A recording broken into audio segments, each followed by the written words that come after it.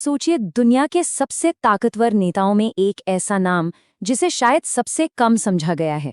आज हम बात करेंगे ईरान के सुप्रीम लीडर अली खामेनेई की। वो शख्स जिसने 3 दशकों से भी ज्यादा वक्त से एक पूरे देश की किस्मत को एक शक्ल दी है। ये बात अपने आप में कितनी अजीब है ना। एक तरफ एक ऐसा इंसान जिसका एक फैसला पूरे मिडिल ईस्ट में और उससे भी आगे हलचल मचा सकता है, और दूसरी तरफ दुनिया के ज्यादातर लोगों के लिए वो आज भी एक पहेली है। और जानते हैं, यही चीज उन्हें इतना दिलचस्प बनाती है, और इसीलिए आज हम इस कहानी की तह तक जाएंगे। तो चलिए मिलकर इस सवाल का जवाब ढूंढते हैं। उनकी बेहद मामूली शुरुआत से लेकर सत्ता के सबसे ऊंचे शिखर तक का सफर कैसा रहा। क्योंकि देखिए, उनके जीवन को समझे बिना उस ईरान को समझना नामुमकिन है जिसे उन्होंने बनाया है। उनकी कहानी किसी आलीशान महल में नहीं, बल्कि मशहद के एक पाक शहर में एक बहुत ही सादे, किताबों से भरे घर से शुरू होती है। और यहीं मजहब और गरीबी के बीच भविष्य के उस सुप्रीम लीडर की बुनियाद रखी गई थी। जरा सोच कर देखिए, एक कमरे का घर और वहां से एक पूरे देश पर पूरी तरह से काबिज हो जाना। ये कोई मामूली सफर नहीं था। ये कहानी है जिद की, यकीन की, और हाँ, बहुत ही सख्त सियासी दांव-पेच की। उनकी परवरिश बहुत ही सादगी में हुई। परिवार अज़रबैजानी विरासत का था। पिता एक माने हुए आलिम तो थे, लेकिन घर में पैसे की तंगी थी। हालत ये थी कि रात के खाने में अक्सर सिर्फ रोटी और किशमिश होती थी, और इसी गरीबी ने मजहब के गहरे असर के साथ मिलकर उनके अंदर एक ऐसा अनुशासन और दुनिया को देखने का एक ऐसा नजरिया पैदा किया जो आगे चलकर उनकी पूरी जिंदगी की पहचान बना। तो मशहद में बुनियाद तो रखी गई, लेकिन असली चिंगारी भड़की कुम में। देखिए, ये सिर्फ एक मदरसा नहीं था, ये शिया सोच का धड़कता हुआ दिल था। और इससे भी ज्यादा जरूरी बात ये कि ये शाह के खिलाफ उठ रही आवाजों का सबसे बड़ा अड्डा था। और यहीं पर एक तालिबे इल्म यानी स्टूडेंट अली खामेनेई ने एक इनकलाबी बनने की तरफ अपना पहला कदम बढ़ाया। और यहीं से कहानी एक बहुत ही ड्रामेटिक मोड़ लेती है। अब स्टूडेंट पीछे छूट जाता है और एक क्रांतिकारी सामने आता है। अब हम उनकी जिंदगी के उस चैप्टर में जा रहे हैं जहां जेल की सलाखें और खुफिया पुलिस के जुल्म उनके यकीन को एक ऐसी विचारधारा में ढाल देंगे जिसे फिर कोई तोड़ नहीं पाया। कुम में उनकी मुलाकात हुई अपने गुरु से, करिश्माई आयतुल्लाह खोमेनी, और बस उनकी सरपरस्ती में खामेनेई का विरोध अब खुली बगावत में बदल गया। सोचिए, सिर्फ 24 साल की उम्र में उन्होंने पहली बार जेल का मुंह देखा, और आने वाले सालों में तो जेल उनका दूसरा घर ही बन गया। शाह की खौफनाक खुफिया पुलिस ने उन्हें बार बार पकड़ा, टॉर्चर किया, लेकिन हर गिरफ्तारी, हर जुल्म ने उनके इरादों को और पक्का कर दिया और 1979 के इनकलाब की आग को और भड़का दिया।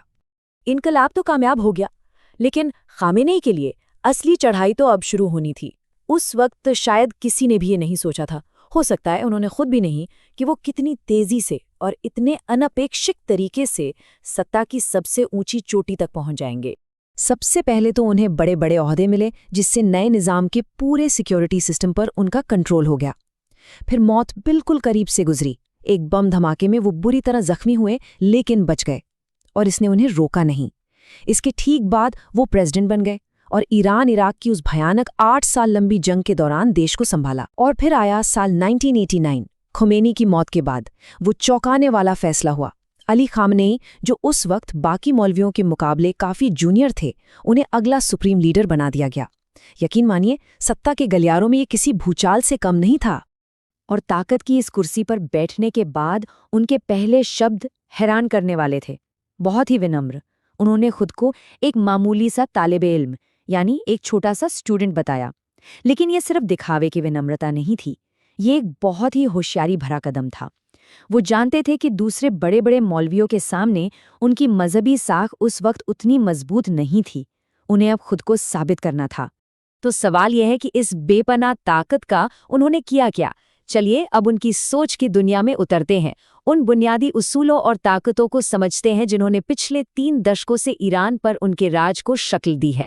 ये समझना बहुत बहुत जरूरी है कि सुप्रीम लीडर सिर्फ एक हेड ऑफ स्टेट नहीं होता, वो पूरे सिस्टम का सेंटर पॉइंट है।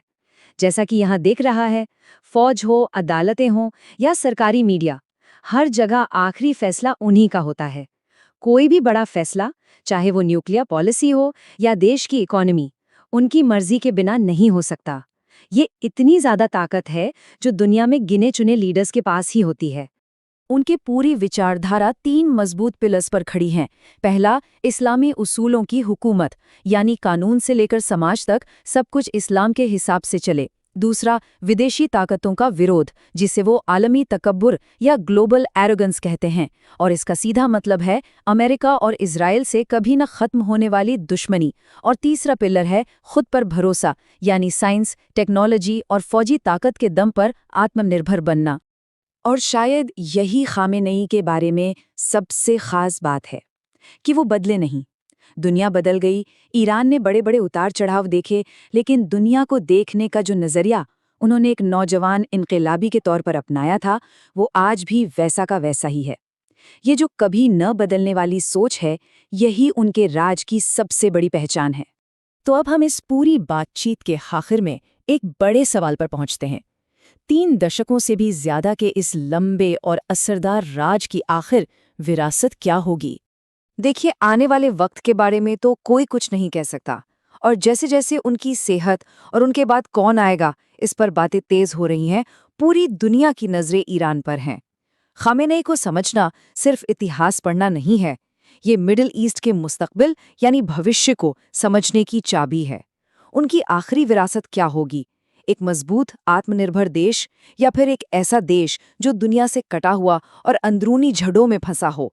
ये कहानी अभी लिखी जा रही है, और ये एक ऐसी कहानी है जिसका असर हम सब पर पड़ेगा।